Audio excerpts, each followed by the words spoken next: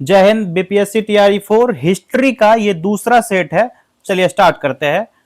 पहला प्रश्न है, 1815 ईस्वी में नेपोलियन के पतन के बाद फ्रांस में पुनः एक क्रांति हुई जिसे जुलाई क्रांति के नाम से भी जाना जाता है। यह क्रांति किस वर्ष की क्रांति है? तो ये जो क्रांति है ना साथियों, ये 1830 की क्रांति है, जिसमें नेपोलियन के पतन के बाद फ्रांस में पुनः 1830 ईस्वी में जुलाई माह में क्रांति हुई थी, जो विश्व इतिहास में जुलाई क्रांति के नाम से इसको जानते हैं। और जुलाई 1830 की क्रांति एक संवैधानिक राजतंत्र का निर्माण मार्ग तैयार किया था। और इसी क्रांति का सूत्रपात जो है फ्रांस के तत्कालीन शासक जो चार्ल्स दसम था, उसका नाम था चार्ल्स दसम। इसके स्वेच्छाचारी शासन का नीति जो है इसी कारण से हुआ था। और लुई 18वां, जो लुई 18वां था, ठीक है, इसकी मृत्यु के बाद, इसकी जब मृत्यु हुई थी 1824 ईस्वी में, फ्रांस की गद्दी पर चार्ल्स दसम इसकी मृत्यु के बाद ही बैठा था। और जैसे ही इस गद्दी पर बैठा चार्ल्स दसम, सत्ता जो राज सत्ता का विरोधी था उसका दमन आरंभ कर दिया। और उसके बाद प्रेस और भाषण पर कई प्रतिबंध इसने लगा दिया। और इसी ने कुलीन और पादरी को विशेष अधिकार प्रदान किया था। यह भी ध्यान रखना है आप लोग को, ठीक है। कुछ फैक्ट्स और हैं 1830 से संबंधित। चार्ल्स दसम ने पोलीग्रैक नामक व्यक्ति को अपना प्रधानमंत्री बनाया था। उसका क्या नाम था? पोलीग्रैक, ठीक है। इसको चार्ल्स दसम ने प्रधानमंत्री बनाया था अपना। और पोलीग्रैक जो था जनता के बीच बदनाम और अलोकप्रिय व्यक्ति बन गया था, और जनता ने उसे फ्रांस की क्रांति के आदर्श के विरोध के रूप में देखना शुरू कर दिया, ठीक है। बढ़ते हैं अगले प्रश्न की तरफ। वियना कांग्रेस निम्न में से किस वर्ष हुआ था? तो वियना कांग्रेस जो हुआ था किस वर्ष हुआ था? 1815 ईस्वी में। कब? 1815 में।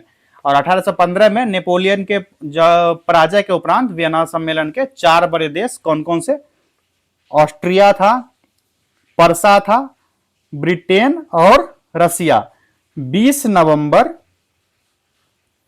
1815 को एक समझौता हुआ, चतुर्राष्ट्र मैत्री की स्थापना, जो वियना कांग्रेस इसी को कहा जाता है। और इसका उद्देश्य क्या था? फ्रांस के साथ की गई संधि का पालन होता रहे और यूरोप में राजनीतिक जो स्थिरता है वह कायम बनी रहे।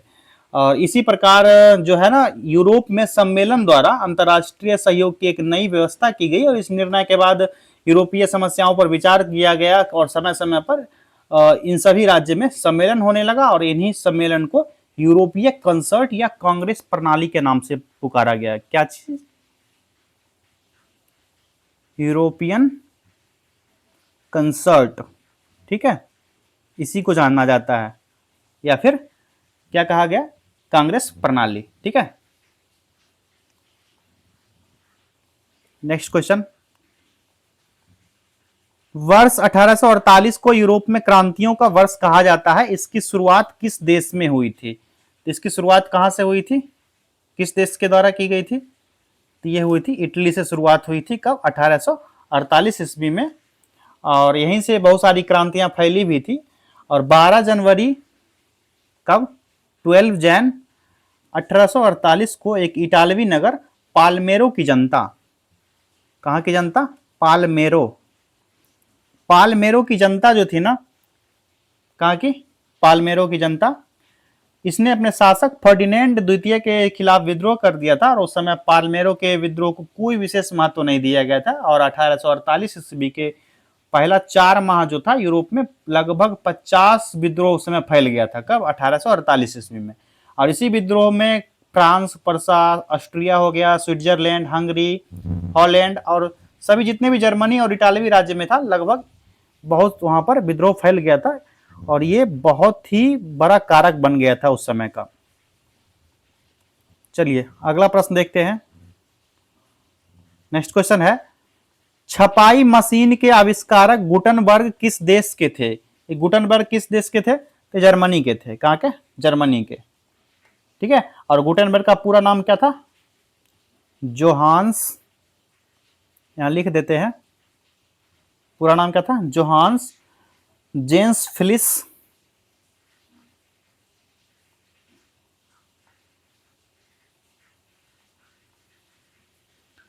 गुटेनबर्ग, ठीक है। ये पूरा नाम था इसका, गुटेनबर्ग का। और एक जर्मन का आविष्कारक था और शिल्पकार भी था। इसने आविष्कार में जो उस समय पुनर्जागरण, सुधार, प्रजातांत्रिक और मानवतावादी आदि आंदोलन का भी गति प्रदान किया था। गुटेनबर्ग को मानव इतिहास में सबसे प्रमुख व्यक्ति में एक माना जाता है। 1900 ईस्वी में ना 1980 में गुटेनबर्ग गृहनगर मनेज के गुटेनबर्ग संग्रहालय की इसी ने स्थापना किया था। ठीक है। और टाइम लाइफ पत्रिका गुटेनबर्ग के आविष्कार को जब दूसरा शताब्दी चला था उसके महत्वपूर्ण आविष्कार के रूप में चुना गया था। टाइम लाइफ पत्रिका, टाइम लाइफ पेपर। ठीक है, ध्यान रखिएगा आप। चलिए अगला प्रश्न है, यूरोप के प्रसिद्ध क्रीमिया युद्ध का अंत निम्न में से किस संधि से हुआ था? तो यह हुआ था पेरिस की संधि से समाप्त हो गया था क्रीमिया युद्ध 1856 ईस्वी में। कब हुआ था? 1856 ईस्वी में। और पेरिस की संधि 1856 द्वारा पूर्वी समस्या से संबंध सभी राज्य सामूहिक रूप से टर्की साम्राज्य के प्रादेशिक अखंडता को बनाए रखने का वादा किया था। और इसी संधि के तहत ना जो तुर्की के सुल्तान थे उसने अपनी ईसाई प्रजा के साथ अच्छा व्यवहार और बेहतर शासन देने का वचन भी दिया था। इससे संबंधित और है फैक्ट्स की काला सागर जो ब्लैक सी था, क्या ब्लैक सी यानी काला सागर, इसमें रूस के युद्धपोत को रखे जाने की पाबंदी लगा दी गई थी। और 1856 के बाद ना इसमें विभिन्न परिस्थितियां बनी, जैसे सेंट स्टेफेनो की संधि हुई। कब हुई थी सेंट स्टेफेनो की संधि? 1870 में। ये सब ध्यान रखिए, आप लोग कॉपी कलम लेकर बैठिए तो लिखते रहिएगा तो बेहतर होगा। वो बर्लिन की संधि कब हुई थी? 1878।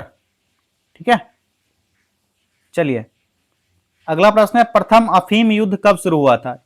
Very easy answer, option B, 1839 ईस्वी में चीन और ब्रिटेन के बीच। किसके बीच? चीन वर्सेस ब्रिटेन, इसी के बीच हुआ था प्रथम अफीम युद्ध। और इसका अंत कब हुआ था? 1842 ईस्वी में। ध्यान रखिएगा 1839 से 42 तक चला था। अगला प्रश्न है, 19वीं सदी के आरंभिक चरण में यूनानियों ने निम्न में से किसके विरुद्ध अपनी स्वतंत्रता का झंडा उठाया था? तो किसके विरुद्ध? ऑटोमन साम्राज्य के विरुद्ध उठाया था। 1821 से 29 के बीच ऑटोमन साम्राज्य के विरुद्ध यूनानी संघर्ष को आम रूप से यूनानी क्रांति के नाम से भी जाना जाता है। जो और ऑटोमन साम्राज्य ने स्वतंत्रता प्राप्ति करने के लिए यूनानियों द्वारा जो लड़ा गया एक सफल युद्ध माना जाता है। ठीक है। और 15वीं शताब्दी में ना ग्रीस जो था, उस समय का यूनान था, ऑटोमन साम्राज्य का हिस्सा बन गया था। और 1829 ईस्वी में एड्रियानोपुल की संधि हुई। कौन सी? यहां लिख देते हैं, एड्रियानोपुल। इसकी संधि कब हुई थी? तो 1829 में। ठीक है। किसके किसके बीच हुई थी?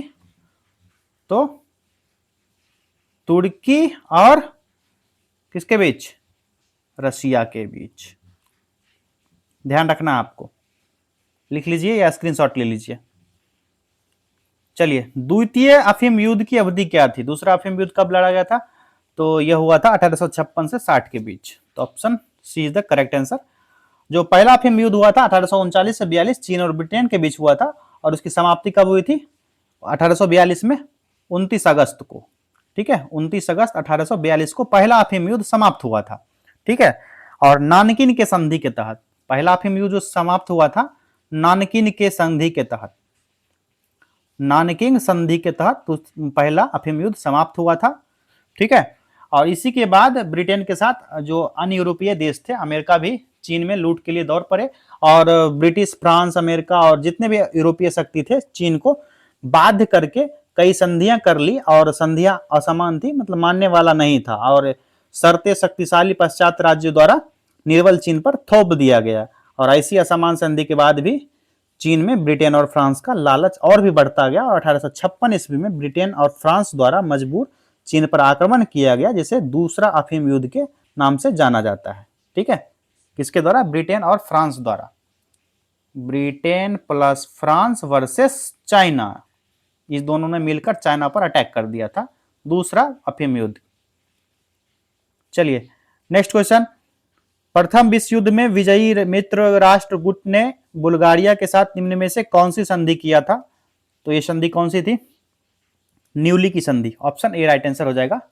न्यूली की संधि को संपन्न हुआ था। और प्रथम विश्व युद्ध के बाद पेरिस सम्मेलन 1919 ईस्वी में 5 संधि हुआ, जिसमें पांचों संधि का प्रारूप तैयार किया गया और एक जो था संधि बुल्गारिया के साथ किया जाने वाला संधि था। ठीक है, ये 5 संधि में से एक संधि था बुल्गारिया की संधि।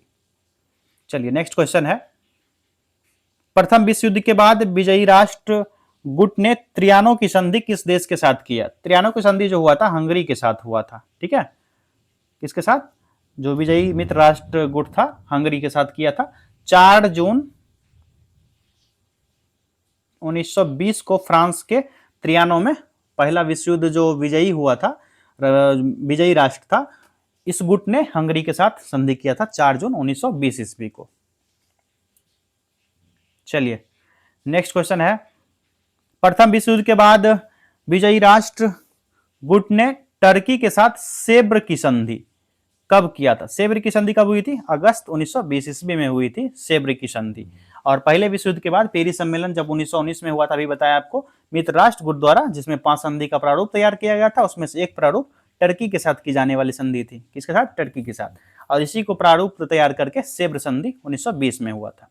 सेब्र की संधि अगस्त 1920 में। उन 5 संधि में एक संधि ये था। ठीक है, चलिए नेक्स्ट क्वेश्चन है, राष्ट्र संघ लीग्स ऑफ नेशंस की स्थापना कब हुई थी?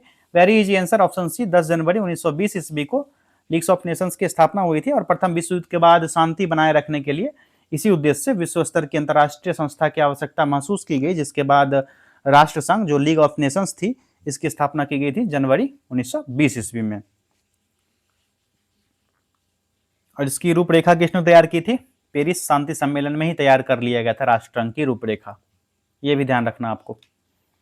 नेक्स्ट क्वेश्चन है, मार्च क्रांति 1917 किस देश की क्रांति थी? मार्च क्रांति जो थी यह रूस की क्रांति थी। ऑप्शन ए राइट आंसर हो जाएगा। ठीक है, चलिए नेक्स्ट क्वेश्चन है, सुएज नहर किस वर्ष बनकर तैयार हुआ था? सुएज नहर यह बना था 1869 ईस्वी में। कब? 1869 ईस्वी में। और इसका निर्माण कब शुरू हुआ था? 1859 में। और 69 में बनकर रेडी हो गया। अगला प्रश्न है, ईसाइयों के ईस्टर त्योहार के बारे में महत्वपूर्ण बात क्या है? यहां पर जो कथन दिए गए इसमें से सही आंसर सेलेक्ट करना है। तो ये जो है ना, यीशु मसीह के मृत्युत्थान यानी फिर से जीने का प्रतीक है क्या? ईस्टर त्योहार जो है। ठीक है, ऐसा माना जाता है कि यीशु को सूली पर चढ़ा दिया गया था, उसके तीसरे दिन वो फिर से जीवित हो गए थे। और इसी पुनरुत्थान दिवस को या पुनरुत्थान रविवार भी कहा जाता है। और ईसा मसीह को रोम के गवर्नर जो पोंटियस थे उसी ने सूली पर चढ़ाया था। किसने चढ़ाया था? ये रोम का गवर्नर था पोंटियस, इसी ने यीशु मसीह को सूली पर चढ़ा दिया था। और उसी दिन को क्या मानते हैं? गुड फ्राइडे के रूप से जाना जाता है, जिस दिन सूली पर चढ़ाया था। ठीक है, और जब जी गए थे 3 दिन के बाद उसमें उसको मनाया जाता है ईस्टर त्योहार के रूप में। ये ध्यान रखिएगा। ईसा मसीह का जन्मदिन कब मनाया जाता है? तो जन्मदिन मनाया जाता है 25 दिसंबर, ये आपको पता है, तो बड़ा दिन में है या क्रिसमस डे के रूप में जानते हैं। तो ये थे ईसाई से संबंधित जितने भी त्योहार मनाए जाते हैं वो भी आप जान लिए, और इसके जो फैक्ट्स थे वो भी देख लिया हमने। चलिए अगला प्रश्न है, बेसिलिका ऑफ बॉम जीसस एक रोमन कैथोलिक बेसिलिका है जो डैश राज्य में स्थित है और यूनेस्को के विश्व धरोहर स्थलों में से एक है। ये कौन सा है? गोवा में। कहां पर? गोवा में स्थित है। और बेसिलिका ऑफ बॉम जीसस में सेंट फ्रांसिस जेवियर का अवशेष है। यह एक स्मारक है। क्या है यह एक स्मारक है, ये ध्यान रखना। बॉम जीसस का क्या अर्थ होता है? शिशु जीसस। ये बॉम जीसस जो है ना, इसका मतलब होता है शिशु। जब जीसस थे, यीशु थे जो, यह शिशु थे, मतलब बच्चे थे, उसके रूप में जाना जाता है। और यह जीसस पुर्तगाली द्वारा 1594 से 1594 से लेकर 1605 के बीच यह बनाया गया था। ठीक है, बॉम जीसस कहां पर? पुर्तगाली के द्वारा। चलिए नेक्स्ट क्वेश्चन की तरफ बढ़ते हैं। अगला प्रश्न है, भारतीय राष्ट्रीय कांग्रेस के प्रथम अधिवेशन निम्नलिखित में से किसकी पदावधि में हुआ था? ये हुआ था किसकी पदावधि में? यहां पर जो दिया गया ना, कोई नहीं होगा, क्योंकि ये जो हुआ था ना लॉर्ड डफरिन के शासनकाल में। तो डफरिन यहाँ पर आंसर नहीं है, तो प्रयुक्त में से कोई नहीं होगा। किसके शासनकाल में हुआ था? लॉर्ड डफरिन के। उस समय लॉर्ड डफरिन गवर्नर जनरल था उस समय भारत का। और इसका कार्यकाल कब से कब तक था? 1884 से लेकर के 88 के बीच। ठीक है, इसी बीच भारतीय राष्ट्रीय कांग्रेस की स्थापना होती है। भारतीय राष्ट्रीय कांग्रेस की स्थापना कब हुई थी? 28 दिसंबर 1885 ईस्वी को। इस समय यही भारत का वायसराय था। चलिए नेक्स्ट क्वेश्चन देखते हैं। निम्न में से कौन मुगल साम्राज्य से संबंधित नहीं है? तो ये कौन नहीं होगा? शेरशाह सूरी। यह मुगल साम्राज्य से संबंधित नहीं है और शेरशाह सूरी भारत में दूसरा अफगानी साम्राज्य का संस्थापक था। ये जो था ना अफगानी था, ठीक है, शेरशाह सूरी। इसके बारे में और पता होगा आपको कि बाबर पहला मुगल शासक था जो जिहाद का नारा दिया था और गाजी की उपाधि धारण की थी। ये था मुगल वंश से संबंधित। चलिए नेक्स्ट क्वेश्चन है, वेदों में सबसे प्राचीन कौन सा है? सबसे प्राचीन वेद कौन सा हो जाएगा? यहां पर जो विकल्प दिया गया है कोई भी वेद नहीं है, क्योंकि सबसे प्राचीन वेद जो है कौन सा है? ऋग्वेद है। ठीक है, ऋग्वेद सबसे प्राचीन है। ऋग्वेद में फैक्ट्स जान लीजिए, 1028 सूक्त है। ये तो बार बार हर क्वेश्चन जब करवाते हैं आप लोग को तो ये याद दिला देते हैं। 10 मंडल है ऋग्वेद में, ठीक है, और 10,462 ऋचाएं। ये ऋग्वेद से संबंधित फैक्ट्स है, जिसको श्लोक का संग्रह भी करते हैं। जो ऋचाएं हैं इसको श्लोक का संग्रह भी कहा जाता है। ठीक है, चलिए नेक्स्ट क्वेश्चन देखिए। तीसरी बौद्ध सभा कहां पर आयोजित की गई थी? तो यह तीसरी बौद्ध सभा कहां हुई थी? पाटलिपुत्र में। Option see the right answer. और बौद्ध धर्म में सभा को संगीति कहा गया है। जो सभा है बौद्ध धर्म में इसको संगीति कहा जाता है। क्या कहा जाता है? संगीति। ठीक है, और जैन धर्म में सभा को क्या कहा जाता है? जैन धर्म में यही चीज हो जाएगा सभा, इसको कहा जाएगा महासभा। ठीक है, ज्यादा डिफरेंस नहीं है। चलिए आप लोग एक चीज कमेंट कीजिएगा, पहला दूसरा और चौथा 4 बौद्ध संगीति हुआ था ना, तो पहला बौद्ध संगीति राजगृह में हुआ था, यानी राजगीर में हुआ था। उस समय शासक जो था अजात शत्रु था। ठीक है, उसका अध्यक्षता किसने किया था? महाकश्यप। दूसरा बौद्ध संगीति कहां हुआ था? दूसरा हुआ था वैशाली में, दूसरा बौद्ध। ठीक है, और शासक कौन था उस समय? अशोक। और मोगलीपुत्र तिस्त जो था इसकी अध्यक्षता किया था, मोगलीपुत्र तिस्त। ठीक है, और तीसरा हुआ था पाटलिपुत्र में, अशोक शासक था और मोगलीपुत्र तिस्त इसने किया था। चौथा बौद्ध संगीति था श्रीनगर कश्मीर में हुआ था, पहली सदी ईस्वी में हुआ था। और इसको इस समय शासक जो था कनिष्क था। कौन था शासक? कनिष्क। अध्यक्षता किसने की थी? वसुमित्र के द्वारा इस संगीति की अध्यक्षता की गई थी। चौथा बौद्ध सभा, ठीक है, कनिष्क के शासनकाल में हुआ था, कश्मीर में। कहां पर? कश्मीर में। चलिए नेक्स्ट क्वेश्चन देखिए। मोहनजोदड़ो से प्राप्त नर्तकी की मूर्ति किस धातु से बनी थी? तो ये कौन सी धातु से बनी थी? कांस्य से।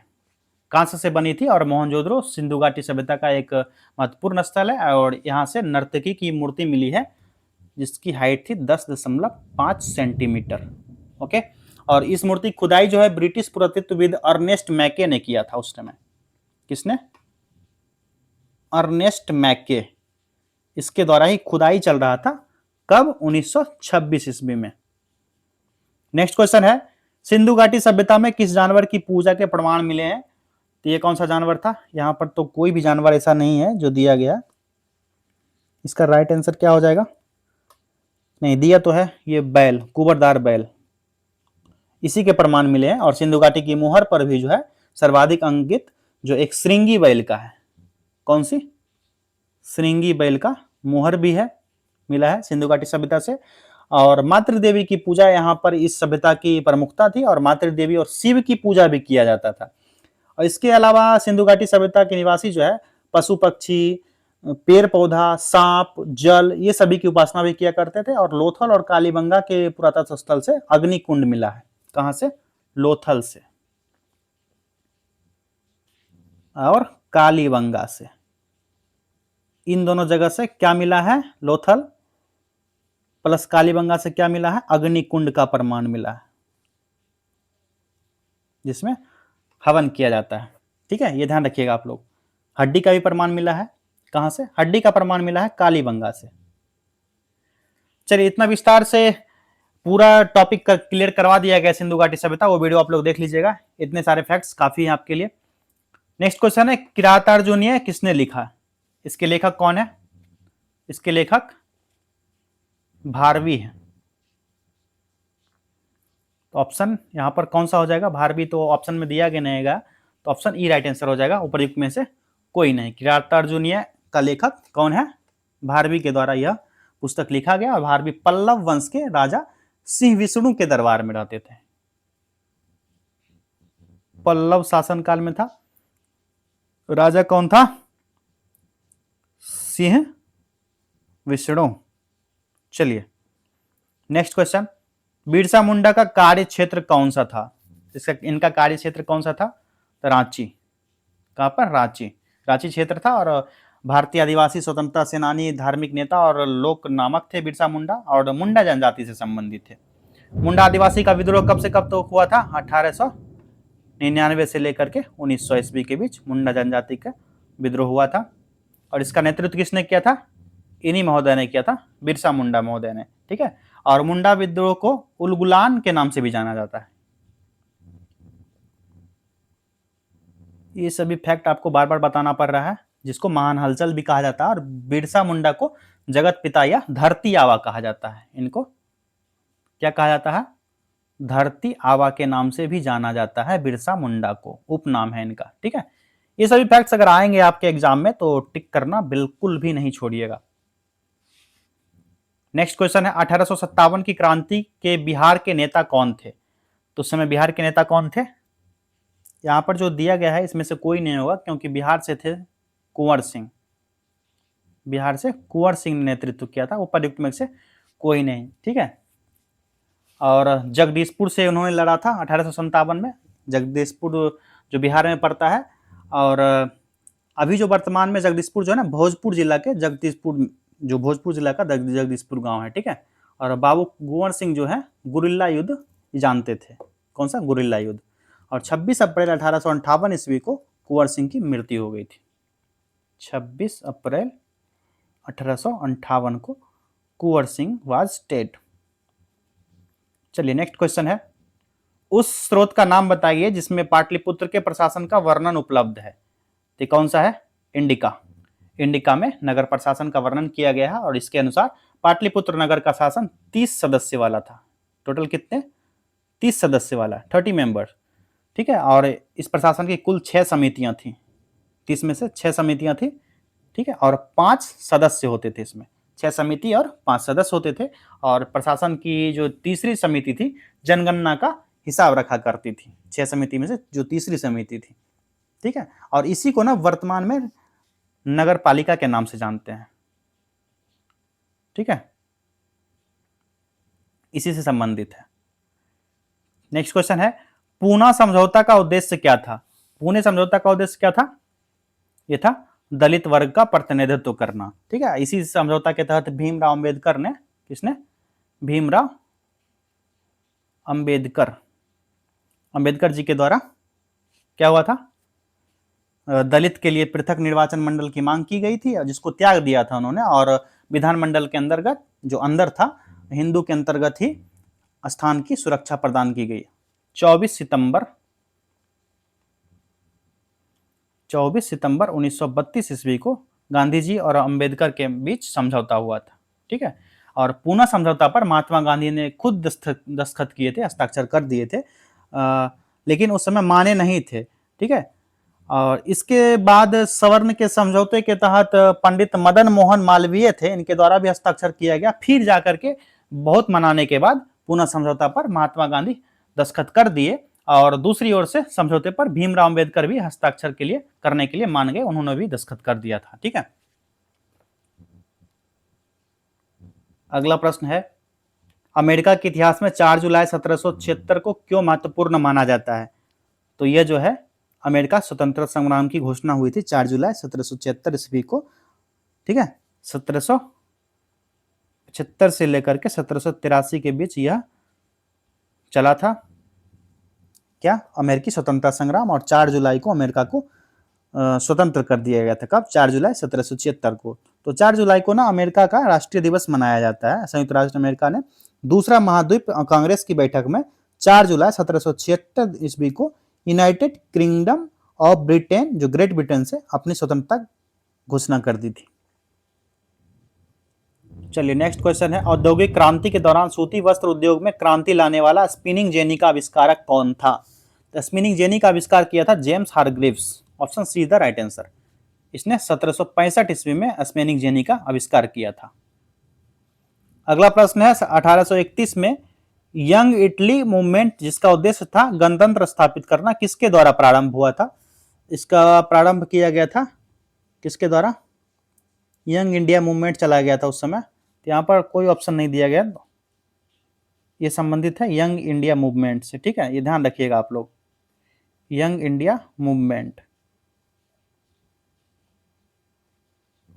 तो उपर्युक्त में से कोई नहीं, कोई भी ऑप्शन है यहाँ पर सही नहीं दिया गया था।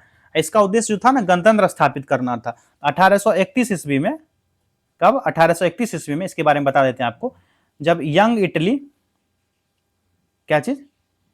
यंग इटली मूवमेंट हुआ था, तो इसी समय ना गणतंत्र स्थापित करना जोसेफ मेजनी द्वारा प्रारंभ किया गया था। इतालवी स्वतंत्रता और एकीकरण की लड़ाई को बढ़ावा देने के लिए 1831 में मार्सेले, उस समय मार्सेले जो जोसेफ मेजनी द्वारा युवा इटली की स्थापना की थी।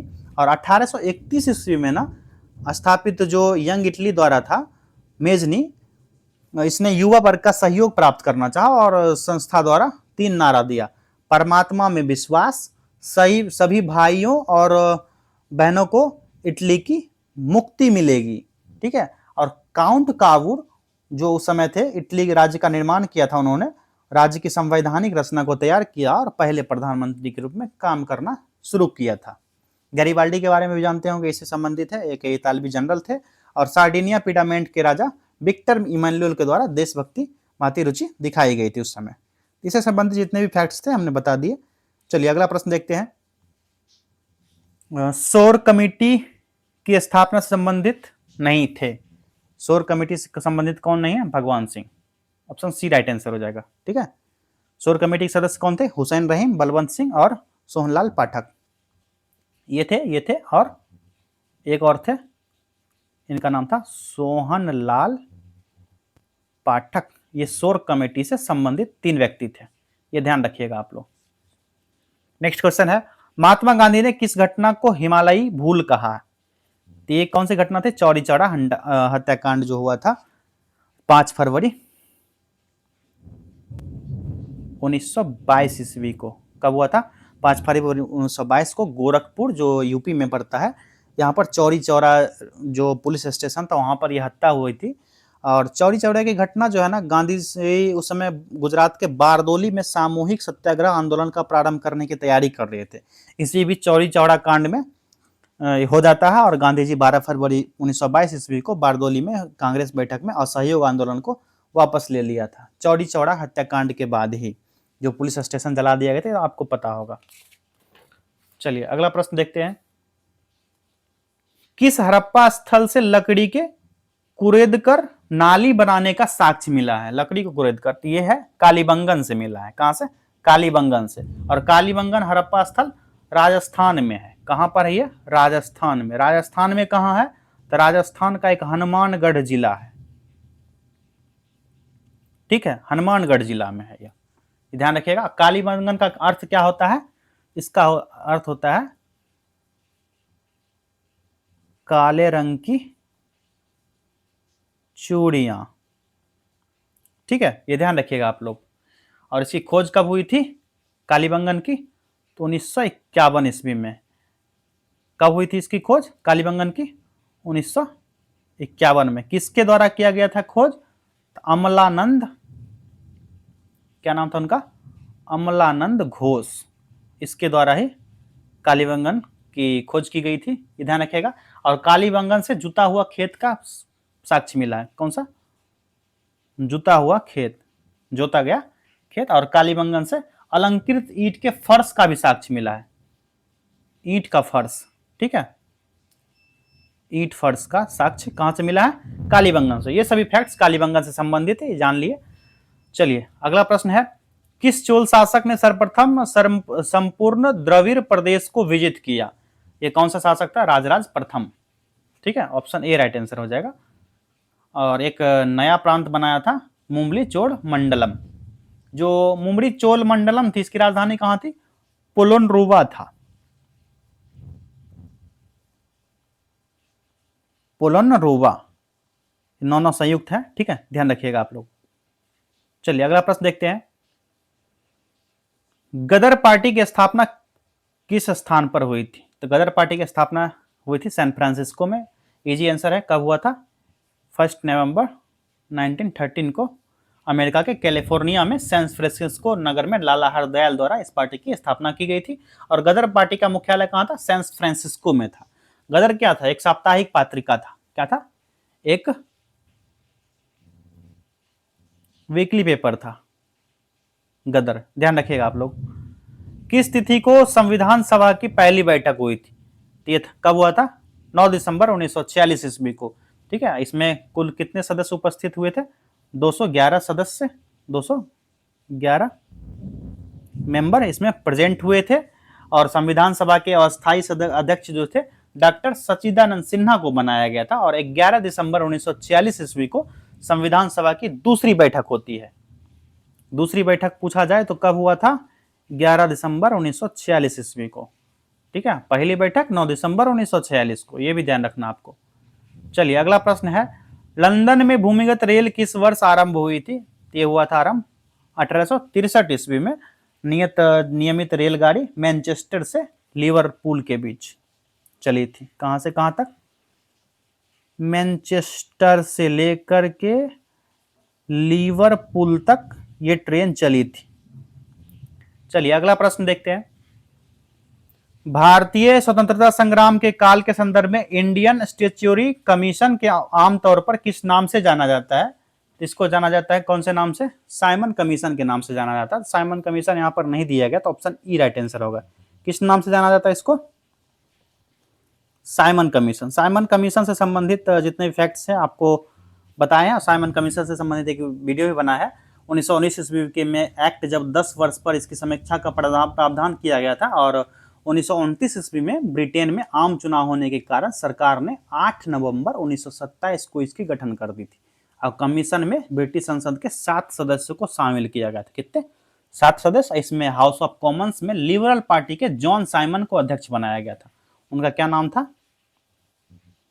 John Simon. इनको अध्यक्ष बना दिया गया। और 3 फरवरी 1928 को यहां लिख देते हैं, 3 फरवरी 1928 को साइमन कमीशन कहां पहुंचा? बॉम्बे, इंडिया के बॉम्बे पहुंचा। ये सभी फैक्ट्स आपको ध्यान रखना है। और पुलिस का लाठी चार्ज हुआ था जिसमें लाला लाजपत राय की 17 नवंबर 1928 की मृत्यु हुई थी। इसी से संबंधित है। 17 नवंबर 1928 ईस्वी को लाला लाजपत राय की मृत्यु हो गई थी। जब साइमन कमीशन लखनऊ पहुंचा तो इसके विरुद्ध में पंडित गोविंद वल्लभ पंत के नेतृत्व में प्रदर्शन भी हुआ था वहां पर। और मोहम्मद अली जिन्ना इस कमीशन का बहिष्कार के सवाल पर कांग्रेस के साथ थे। और अंबेडकर जी थे बंबई में साइमन कमीशन के साथ सहयोग करने के लिए कमेटी के सदस्य बन गए थे। उस समय जिन्ना विरोध कर रहे थे, अंबेडकर जी उसके सदस्य बने थे। ये ध्यान रखना आपको। अगला प्रश्न है, वाई सोशलिज्म नामक पुस्तक के लेखक कौन है? इसका वेरी इजी आंसर है ऑप्शन बी, जयप्रकाश नारायण ने इस पुस्तक को लिखा है। और ये एक प्रमुख स्वतंत्रता सेनानी थे और समाजवादी नेता थे जयप्रकाश नारायण। इन्होंने कांग्रेस द्वारा संचालित आंदोलन में भाग भी लिया। और 1934 ईस्वी में कांग्रेस सोशलिस्ट पार्टी CSP इसका गठन इनके ही भूमिका में निभाई गई, इनके नेतृत्व में किया गया था। और स्वतंत्रता के बाद ये सोशलिस्ट पार्टी से जुड़ गए थे। चलिए अगला प्रश्न देखिए। मराठों द्वारा अंग्रेजों के साथ 1782 में सालवाई की संधि किसके आग्रह पर की गई थी? सालवाई की संधि से ना 1742 में पेशवा माधव राव के जो कार्यवाहक थे महादजी सिंधिया, क्या नाम था उनका? महादजी सिंधिया। तो इसका राइट आंसर क्या होगा? ऑप्शन सी, ठीक है, उनके नेतृत्व में किया गया था। और इसी बीच पहला जो आंग्ल मराठा युद्ध था इसको समाप्त करने के लिए एक संधि हुई, जिसकी शर्त क्या क्या थी? तो पहला शर्त था कि कंपनी द्वारा अधिकृत किए गए पेशवा और गुजरात में गायकवाड़ के सभी क्षेत्र वापस कर दिए जाएंगे, ठीक है। दूसरा था सालसेट, जो सालसेट हार गया था अंग्रेज, ठीक है। सालसेट और इसके 3 पड़ोसी द्वीप भरौच शहर अंग्रेज के अधिकार में रखे जाएंगे। तीसरा इसमें शर्त रखा गया कंपनी द्वारा रघुनाथ राव को अपने संपूर्ण क्षेत्र मराठों को वापस कर दिए जाएंगे। चौथा जो इसका शर्त था, कंपनी द्वारा रघुनाथ राव को मदद और संरक्षण नहीं देने का वायदा किया गया। ठीक है। पांचवा इसमें रखा गया शर्त कि दोनों पक्ष द्वारा एक दूसरे पर सहयोगी पर आक्रमण नहीं करेंगे और अंग्रेजों की अनुमति के बिना पेशवा द्वारा किसी यूरोपीय शक्ति को अपने अधिकृत क्षेत्र में स्थापित नहीं किया जाएगा और उनकी सहायता नहीं करेंगे। छठा शर्त इसने रखा था कि कंपनी को प्राप्त व्यापारिक सुविधाएं जारी रहेंगी और कंपनी के लिए महत्वपूर्ण साबित इसलिए भी हो गई कि इससे कंपनी एक निर्णायक भविष्य की तरफ बढ़ने लगी और इस संधि से कंपनी की मराठों और 20 वर्ष तक शांति बनी रही। कितने टोटल 20 ईयर्स तक शांति बनी रहेगी और इस तरह बिना किसी कठिनाई के व्यवस्थित होने के बाद भारतीय राजनीति में पकड़ बनाने में अंग्रेजों को सहायता मिल गई थी। तो चलिए, जितने भी इंपॉर्टेंट प्रश्न थे हमने देख लिया। मिलेंगे अगले सेट में नए प्रश्नों के साथ। तब तक के लिए धन्यवाद। वीडियो को शेयर कर दीजिएगा, चैनल को सब्सक्राइब भी कर लीजिएगा आप लोग। चलिए।